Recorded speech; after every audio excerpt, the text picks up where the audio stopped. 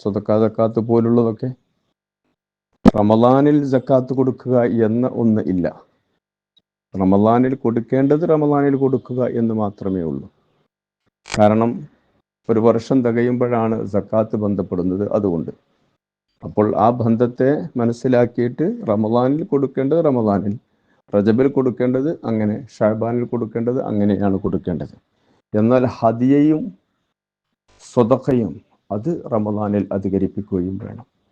അതിനൊന്നിന് 10, 10-ന് 100, 100-ന് 700 ഇങ്ങനെയുള്ള പ്രതിഫലമുണ്ട് എന്നത് ഈ മാസത്തിൻ്റെ പ്രത്യേകതയുമാണ്. അപ്പോൾ അത് കൊടുക്കാൻ നമുക്ക് കഴിഞ്ഞിരിക്കണം.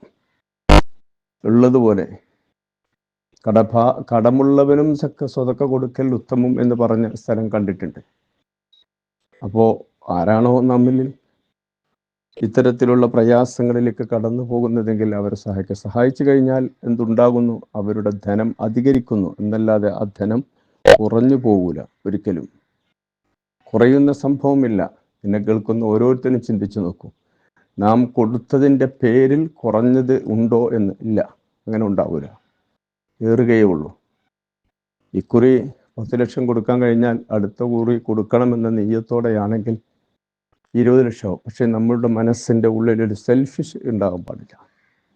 എനിക്ക് മാത്രം, എൻ്റേത് മാത്രം, ഞാൻ മാത്രം, എൻ്റെ കുടുംബം മാത്രം, എൻ്റെ മക്കൾ മാത്രം എന്ന് ചിന്ത നമുക്ക് വേണ്ട. എല്ലാവരെയും എപ്പോഴും എന്നാൽ കഴിയും വിധം സഹായിക്കുക, സഹകരിക്കുക എന്ന ചിന്താബോധമുണ്ടോ അവർക്ക് ഉയർച്ച കിട്ടും. അവരുടെ ബിസിനസ്സിൽ ബർക്കത്തുണ്ടാവും, അവരുടെ ജോലിയിൽ ബർക്കത്തുണ്ടാവും. അതെല്ലാം അങ്ങനെയാണ്. ചില കുടുംബങ്ങളെ കാണും, ചിലവർക്കൊന്നും ഉണ്ടാവില്ല. ചിലവർക്ക് അള്ളാഹു നല്ലോണം കൊടുത്തിട്ടുണ്ടാവും. കൊടുത്തതിൽ പല കോലത്തിലുള്ളവരുണ്ട്. ചില ആളുകൾ കിട്ടിയത് കൊണ്ട് കിട്ടുന്ന പോലെ കുടുംബത്തിലും മറ്റുമൊക്കെ ചിലവഴിക്കും. അവർക്ക് അള്ളാഹു ഏറ്റി കൊടുക്കും. അവരുടെ കയ്യിൽ കൊടുത്തിട്ടില്ല എങ്കിലും അവരുടെ മക്കളുടെ കയ്യിലെങ്കിലും അള്ളാഹു കൊടുക്കും. അതേ സമയത്ത് ചില ആളുകൾക്ക് കൊടുക്കുന്നുണ്ടാവും, പക്ഷെ അവൻ ഒരു രൂപയും ചിലവാക്കുന്നുണ്ടാവില്ല. അതൊരു പൈശാചിക കൊടുതിയാണ്. അവനെ പരീക്ഷിക്കുകയാണ്, എനിക്ക് തരുന്നുണ്ട്, എന്ത് കാണിക്കുന്നു എന്ന് നോക്കാൻ. അപ്പോൾ ഈ പരിശുദ്ധമായ റമദാനിൻ്റെ അവസാനത്തെ 10ലേക്ക് മുണ്ടുമുറുക്കിയെടുത്ത് ഒരുങ്ങുമ്പോൾ ഈ പറയപ്പെട്ടതിലൊക്കെയും നമ്മൾ ഇടപെടണം.